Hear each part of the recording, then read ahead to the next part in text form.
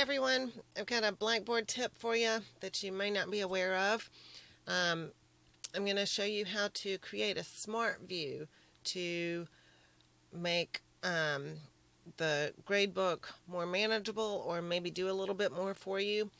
And so this is a course from last semester, but let's just pretend that it's early in this semester. They've had a couple of assignments, and I want to see, because I see that they've had some low essay scores here on the first essay.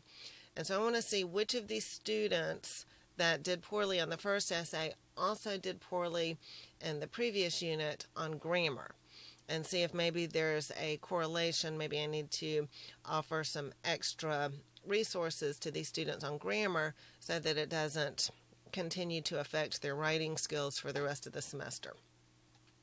All right, so there's grammar quiz in here somewhere, but there's so many students and so many scores that once I scroll over here to the grammar quiz, then I lose sight of the essay scores, and so it gets difficult to manage. So I've created a Smartview, and so up here my current view is the full grade center. I want to see who had grammar issues, and so I've set it up to show me just the students who did poorly on the grammar pretest and did poorly on the first essay.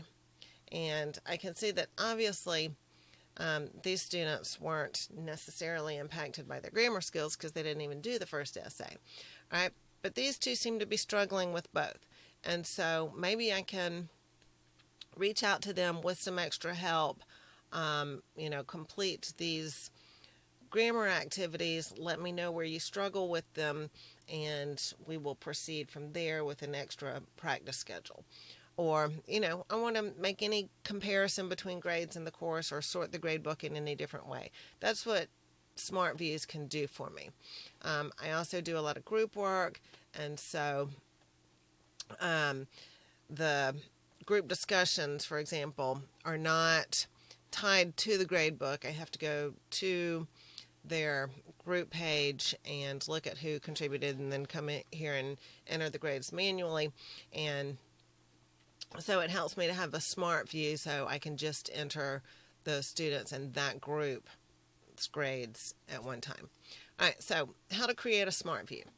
I go to Manage, Smart Views, and some will be set up for me. I can already choose by category, for example. But to create this custom smart view, I go to Create Smart View, and here I'm going to open up the grammar issues view that I created. If I create a lot of smart views, then I can click to add as a favorite, and it'll put a green star by it in the list. But if I don't have many, it'll be easy to find in the list anyway. And so I can create one based on groups, based on performance on a single item. I can pick certain students individually. I can pick assignments by category, or I can do custom. And so for custom, I can pick an assignment here. I can pick a name. I can pick, for example, if I have a merged roster, I can pick to look at just classes, just students and one course ID. Or I can look at whether students are hidden or not. So I have a lot of options under the criteria. And then the condition,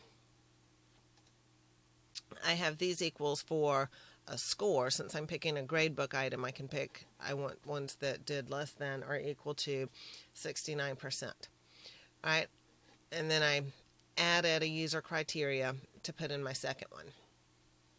If I wanted to see either the people who did poorly on the grammar test or did poorly on essay 1, then I can change my 1 and 2 to an or.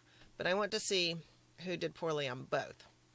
All right, I've set it up to display just these two columns, the grammar quiz and the essay. But if I wanted an overall picture of how the group that meets this criteria is doing, then I can show all columns. And then I submit that. Okay. And now it's showing me how these students have done on all of their scores, but I would prefer to go back and change it to just those two columns so that I would get a better picture of this criteria that I'm managing.